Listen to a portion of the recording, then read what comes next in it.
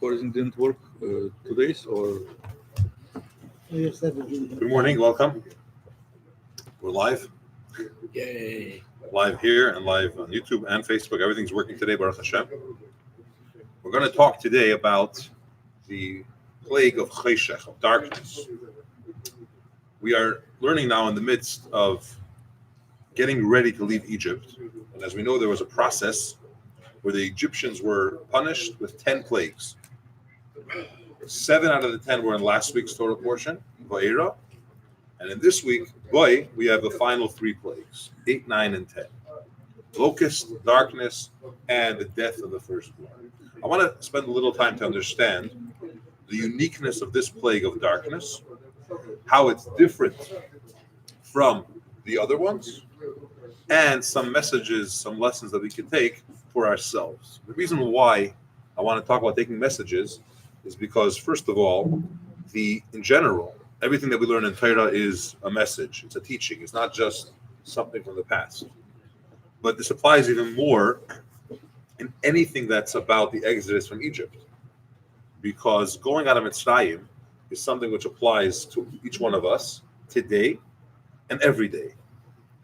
Going out of Egypt represents going out of limitations, breaking forth from any stuff that's stopping us or limiting us, boundaries.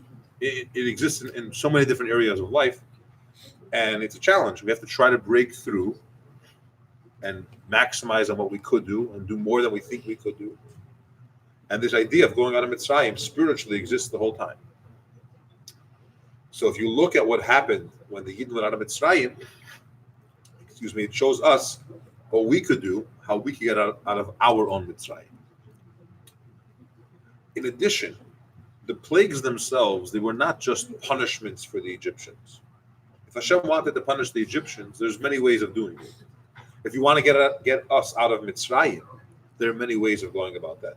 You don't need to go through a process of 10 different types of punishments, where it takes about 9 months or a little bit more until finally it was completed. You don't need all of that. There was a purpose in each one of these plagues. And the purpose was, that Mitzrayim, Egypt, should recognize that there is a God. They should come to the realization that Hashem is in charge. And secondly, that the Yidden in Mitzrayim, who are living for so many decades among the Egyptians, they should have the preparation and the transformation within themselves to be able to go out of Mitzrayim. So seeing and experiencing the plagues, although it didn't impact the Jewish people directly because we weren't punished, but it had a very big impact on us in other ways. Let's talk about darkness. Hashem told Moshe Rabbeinu, we'll look inside here. Hashem told Moshe, you should go and lift up your staff, and there's going to be darkness which is felt. Okay, let's get the exact words here. But there's going to be stretch out your hand towards the heaven, and there'll be darkness over the land of Egypt. The darkness will become more intense than normal darkness. Now, keep in mind that the plague that just came before darkness, which was Arba, which was locust, okay, that was also dark. There was so many swarms of this locust all over Mitzrayim. It says there was an afela. It was more than just a foggy day. Okay, it was really, really dark, and to the extent that you couldn't see. What's the difference from the darkness that we had by locust and the darkness that we have by the plague of darkness? It was dark either way. Okay, it was darker, very good. And besides, why is darkness such a bad thing? It's inconvenient, but it's not the same as when your water supply is out. Okay, people have had blackouts before. Mm-hmm. It's not the end of the world. It's definitely not appreciated, but it's not like all the animals are dying, or that there's lice or boils or frogs in your food. Okay, so it's dark. Somehow this is like this big plague. And Torah tells us, Rashi brings it, that this plague was broken up in two parts. The first half of the plague, it was darkness, and you couldn't see anybody. Egyptians couldn't see one another. The second part, they didn't move. Now, they didn't move. What does it mean they didn't move? There's two opinions. One opinion tells us, I don't have my notes here, I don't remember who it is. I think it's the Ibn Ezra. He says, there was no reason to move. Everything in Egypt stopped. You can't see anything. It's not like you can light a candle and you'll see. There's no reason to move because where should I go? I just trip, stumble, I can't see anything. So everything just stopped. Nobody was able to be productive in any manner or do anything. It just stayed put. But Rashi takes a different approach. Excuse me. Just 1 second, I'll tell you what Rashi says. I apologize.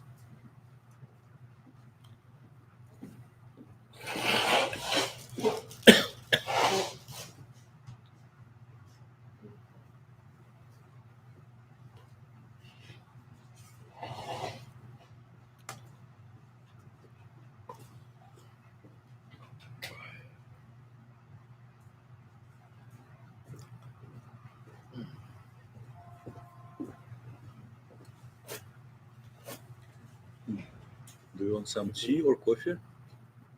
Water would be great. Just plain water. Miracle of a tissue. Yeah.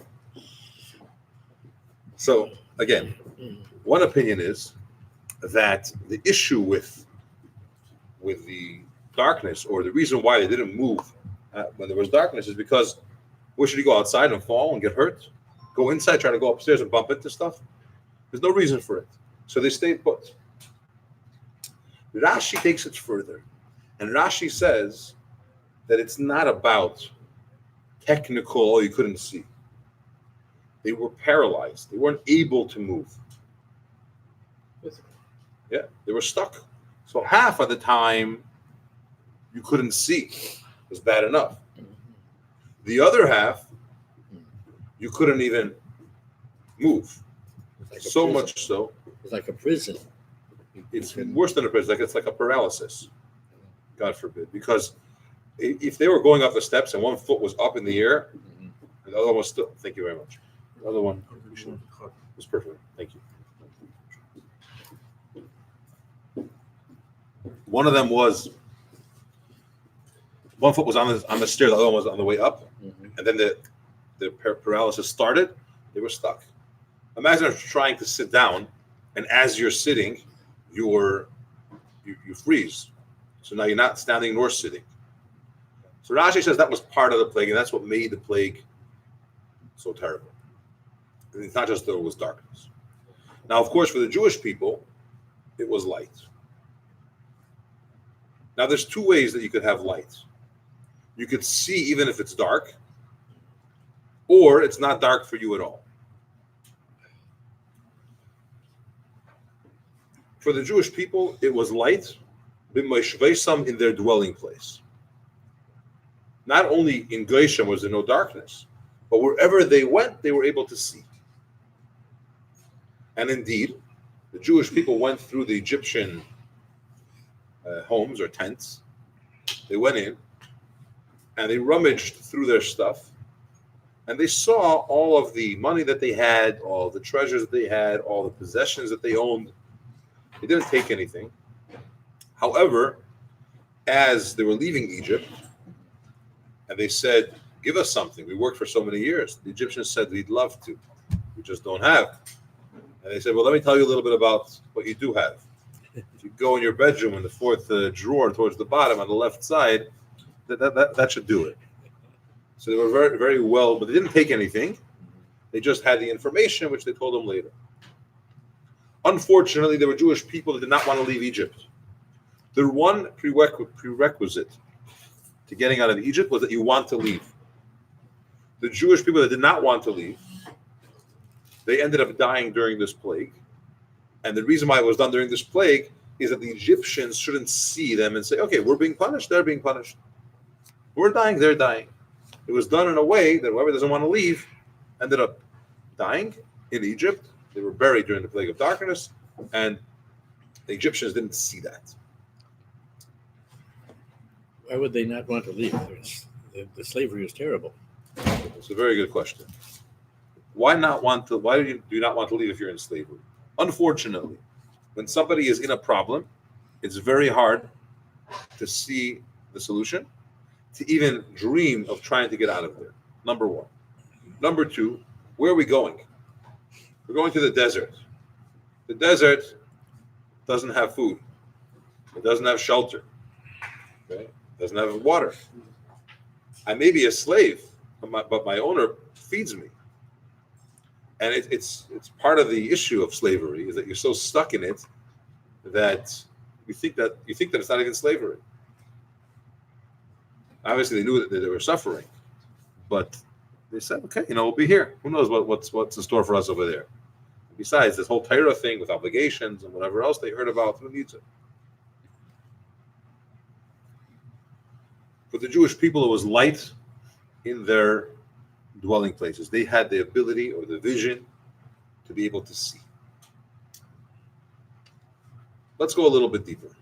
The concept of darkness, and really the challenge of what darkness is that you don't have the ability to see anyone else. Okay? And therefore you suffer alone. The Egyptians, when they had the plague of blood and there was no water, they're able to commiserate together with all of their whoever else is there. We don't have water. There's a problem, and it's not a small problem. They have to pay the Jews tremendous amounts of money to get water from them that was drinkable. But at least they were together. They suffered as a group. And the same applies to every one of the plagues. It was torturous. It was a real punishment, but they weren't alone. The first plague, when they were alone, was in darkness. And it's very telling because sometimes, heaven forbid, a person goes through a problem, but someone is with him. Someone's encouraging them, someone's helping them, someone's supporting them, someone's empathetic towards them. It makes a very big difference. When they're alone, it compounds it so much. Number one. Number two.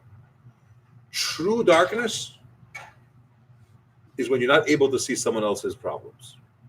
When you're not able to see that someone else has an issue. When you're so blinded by whatever's going on in you and you don't see the other person, that's an issue. There are two opinions. What happened when Moshe Rabbeinu lifted his staff to bring darkness? Where did this darkness come from? He brought darkness from where? It's all separate discussion. Is darkness the absence of light, or is it actually something on its own? Is darkness an entity, or are you just turning off the light? But it's pretty clear from the words that Torah uses that Moshe brought a darkness here. It was a thick darkness, a darkness that was felt. It was much greater than the darkness of locust. Where did he bring it from? There's one opinion that says he brought it from Gehenna, from purgatory, from hell. There's a darkness there. And that darkness is what we just discussed, the inability to see someone else. Moshe Rabbeinu brought that darkness for the plague into Egypt.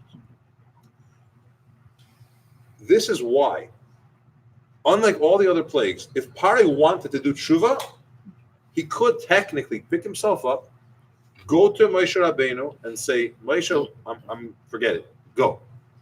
Or send someone to get Moshe and Aaron like he's done multiple times. By darkness, the second half of darkness, couldn't even if he wanted to. He's stuck.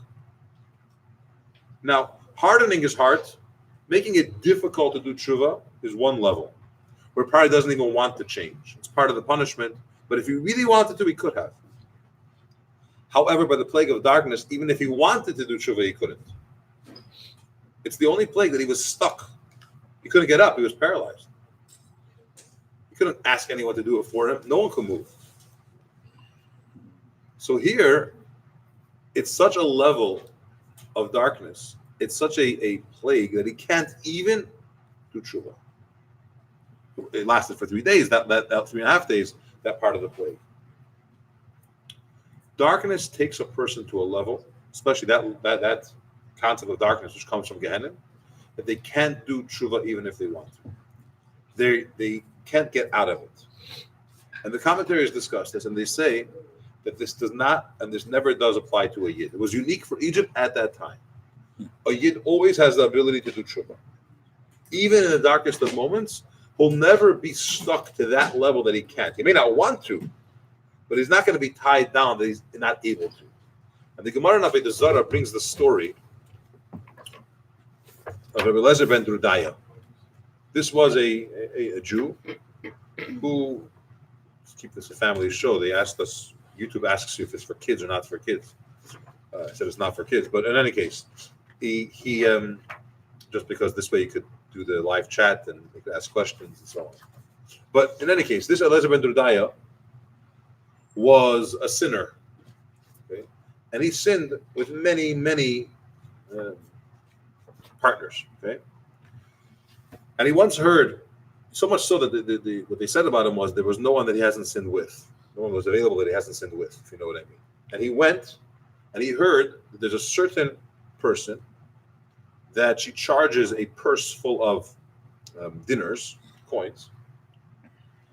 He traveled, he had to cross a river, pay a huge amount of money to be with her. And at some point, she mentioned that there's no point of return for you. Just like air, blown air, disappears, you can't take the air back. Similarly, you are so far gone, there's no way that you could return. Something about the way she said it really got him. And he felt himself, really, I'm the worst. Like, I there's no way for me to do tshuva. Not that he wanted to, but the fact of the realization that he can never change, it touched him. He was so broken, he went outside, and the Gemara relates. He said, mountains of mountains, help me. Pray for me. And they said, we can't.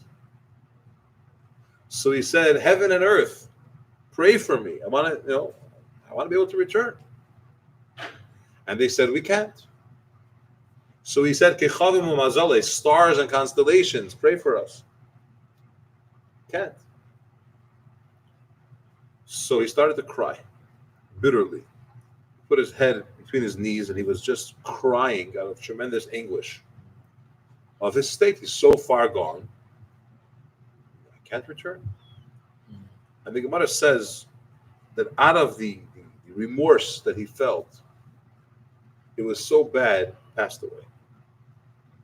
And the moment he passed away, a voice came out of heaven, a baskol, a heavenly voice, and declared, Yesh kleina ilamai b'shah achas. There is an opportunity, there is a person, a possibility to acquire your portion in the world to come in one moment, or one small, short time.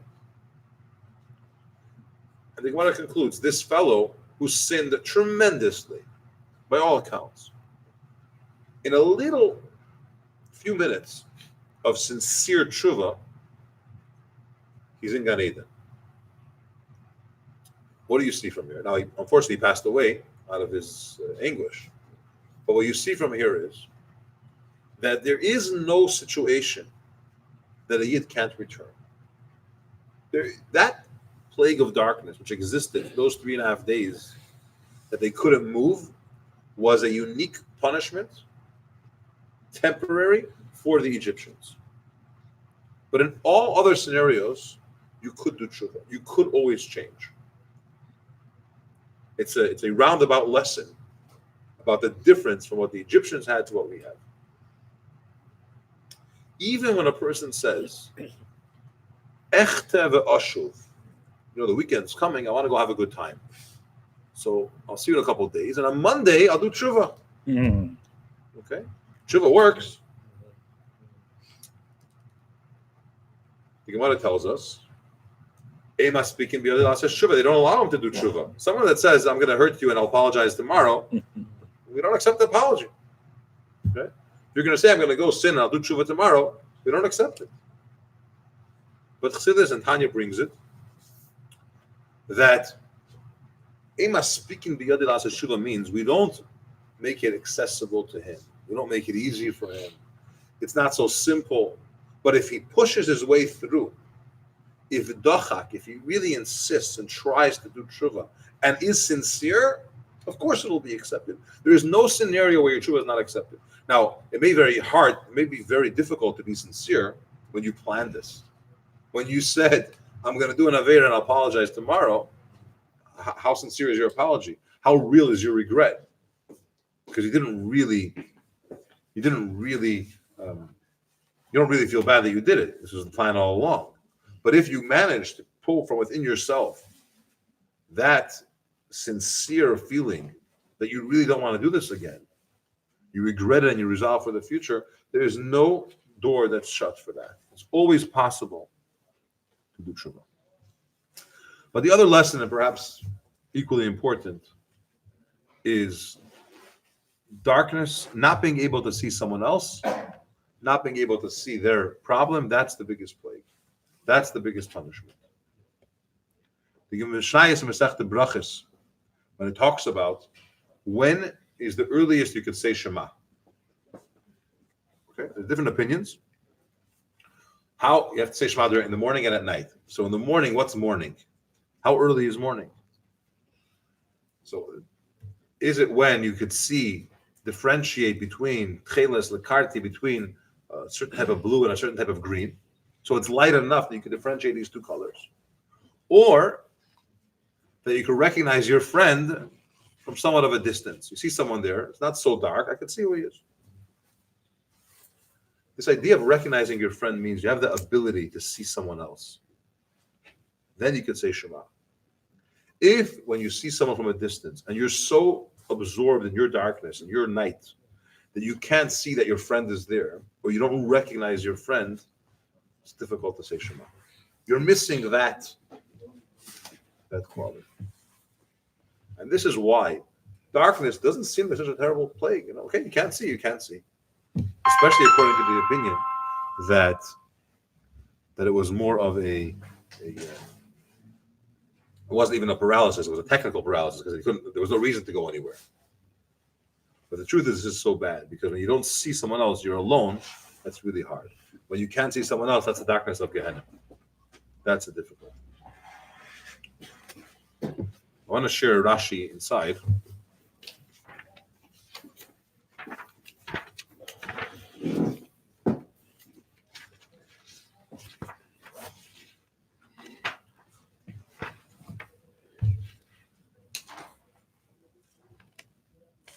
Pasuk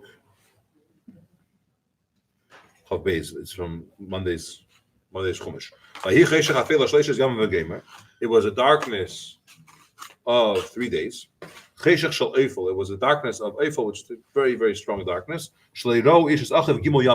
Man did not see his brother for 3 days. The next 3 days were even darker than the existing darkness. A person did not get up from where they were sitting. If you're sitting, you couldn't get up. And if you're standing, you can't sit down. Why did Hashem bring darkness on the Egyptians? In that generation, you had wicked people among the Jews. For the Hayureitzim, they didn't want to leave. And they died during these 3 days of darkness. In order that the Egyptians should not see their downfall of those wicked Jews that were dying, they'll say, they're also having punishments like us. Right. Yes, but for different reasons. Very different reasons. In addition, the Jewish people, as I mentioned, they went through the Egyptian stuff and they saw all of their possessions. When they were leaving Mitzrayim and the Egyptians were saying, we have nothing to give you, we'd love to pay you, but we just don't have.